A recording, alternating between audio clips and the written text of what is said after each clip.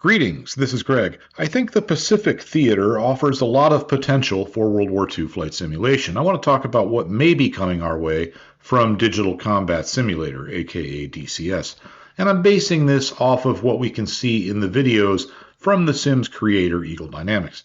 It appears that the Corsair is coming. I'm quite excited about this one. It's the F4U-1D, which is probably the best Corsair model for World War II flight sim purposes.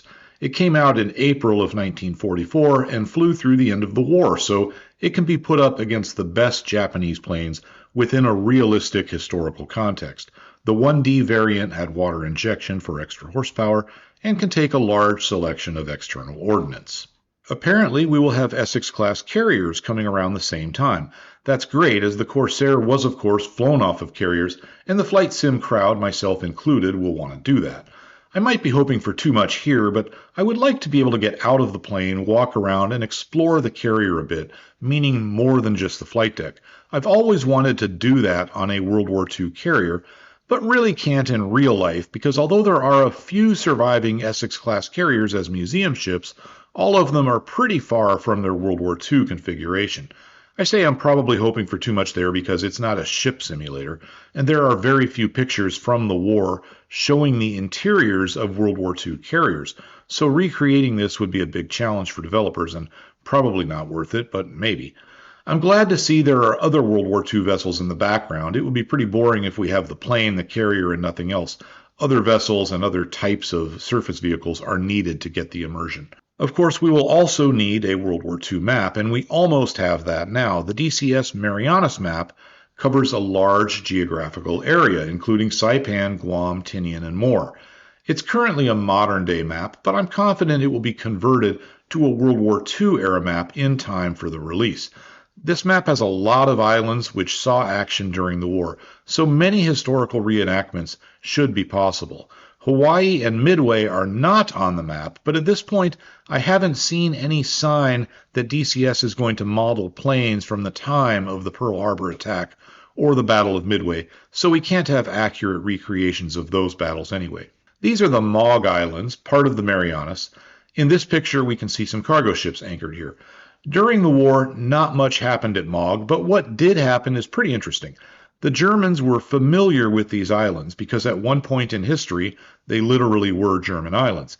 In 1941, before U.S. entry into the war, a German merchant raider resupplied here. This particular German raider carried a Japanese-built float plane, which as far as I know was the only case of the Germans using a Japanese aircraft operationally. That raider, the Orion, sunk a lot of stuff, 8 ships plus another 5 when teamed up with another raider, and the Orion survived the war. The Japanese had a small operation on Maug, fish processing and a weather station. These were obliterated during 2 raids in 1944 by B-24s dropping bombs and by P-47 Thunderbolts attacking with rockets. This next picture shows a pair of Mogami-class heavy cruisers. I'm glad to see this ship here and in such detail. I think this image shows that DCS is planning a pretty serious effort for the Pacific Theater. At least that's how I'm choosing to see it. There were 4 of these heavy cruisers built. 1 was sunk during the Battle of Midway. The other 3 sunk later in 1944, so they fit right into the time period of the F4U-1D Corsair.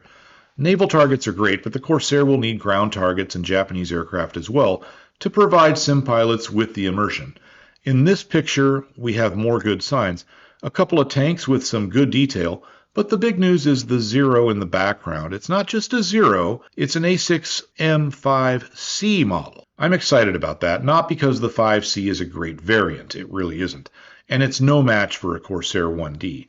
I'm excited about it because it shows that consideration is being given to matching up everything to the right time frame. From a historical perspective, this is the biggest problem with the DCS European theater at the moment, at least in my opinion. We have great maps of the Channel and of Normandy, but those maps don't match up well with the German planes in the sim. For example, the sim models the Bf-109K4 and the FW-190 Dora 9, and it does a great job, but those were both late war airplanes. I doubt either one ever fought over the English Channel, and if they did, it was a rare event. Those maps would make a lot more sense with 109Gs and Razorback Thunderbolts, but those are not the variants we have within the sim. It appears to me that for the Pacific Theater, they are choosing a map, aircraft, and equipment that match up for the time period they're aiming for. Also, if they add early war airplanes or even later war stuff, there are enough islands on the map to act as stand-ins for other locations, Midway for example. We can see a 0 here, although I can't tell what model it is from this angle.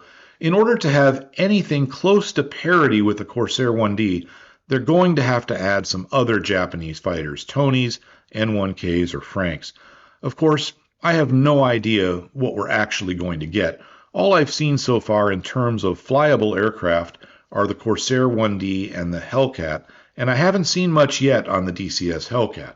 I have hopes that there will be a couple flyable Japanese aircraft as well before too long, but I haven't seen any indication of that, and I'm not really expecting it to happen.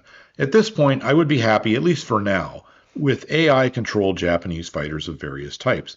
DCS makes very accurate cockpit and flight models.